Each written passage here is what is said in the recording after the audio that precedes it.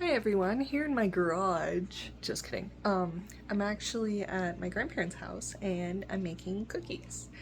And I decided to make it a little bit of a baking vlog because I'm doing everything by hand.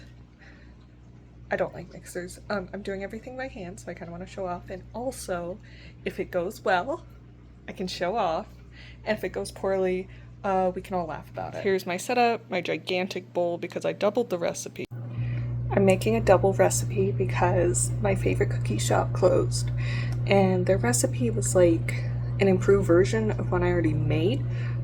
So I'm trying a bunch of like elevated versions of my great grandma's cookie recipe and seeing what I can do.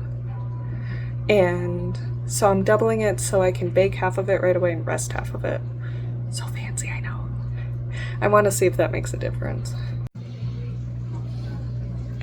Creaming it by hand is either going to be the biggest flex or like guaranteed trip to ruining it. Obviously I'm not going to do it all like this, so I can actually do it properly, but this is what I mean.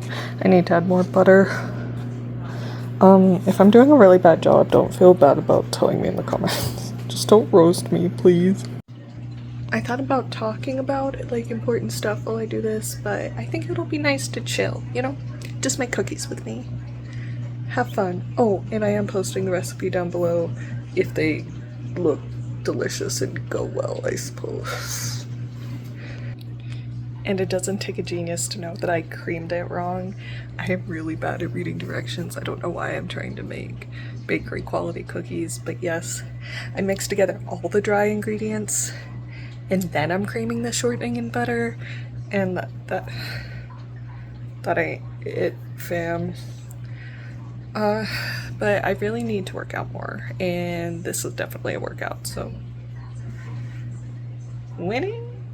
I am at my grandma's house. You've seen pictures of it before. The three of you who are my friends and family and are watching, hi, thanks guys. Because her kitchen is better. My kitchen is not only the size of a thimble, but also when I use the oven or the burners, a gas smell permeates the home, and I have to cook with the door open so I don't fumigate. And She's living. That's fun. That's fun for me. But I love being at my grandparents' house, and they have all the ingredients anyways, so it's really not so bad. So one thing about me is messing up crucial steps, so I have to do like 5 times the work. Is so me coded, so Jackie coded. It's you, it's us. It's us. And now I finally got creaming done, at least, kind of. I probably didn't do a good enough job. So I'm finally I put in the egg yolks and stuff, and it's starting to resemble dough, but even that takes a lot because I have so much dry ingredients. And I'm stupid. So I'm not at the part where the chocolate chips are in yet. And when I said I didn't like mixers, I should probably clarify, I just didn't have one forever. And so I'm just not very like good with them. It probably would be good to use a mixer at some point instead of doing this all by hand. But here I am. Looks like dough. Tastes like dough. It's a little dry, I know. Let's see how this goes. And they're out. Okay, it's the moment of truth. Fresh out of the oven.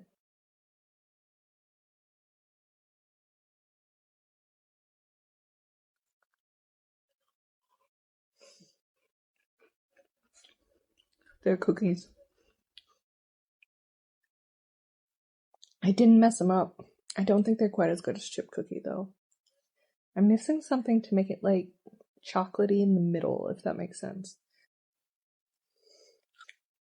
It's not quite sweet enough. I think I should have used more milk chocolate cookies. Am I getting close? I don't know.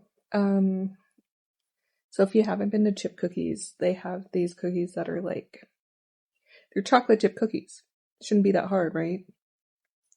but there's something about them where they're like really sweet. They have they're really thick, they have lots of fluffy dough, and they like have a chocolate middle somehow, but they're not like filled with chocolate. If any of y'all know how to do this, tell me. I will put the recipe in the bottom though, because these are tasty. See you later.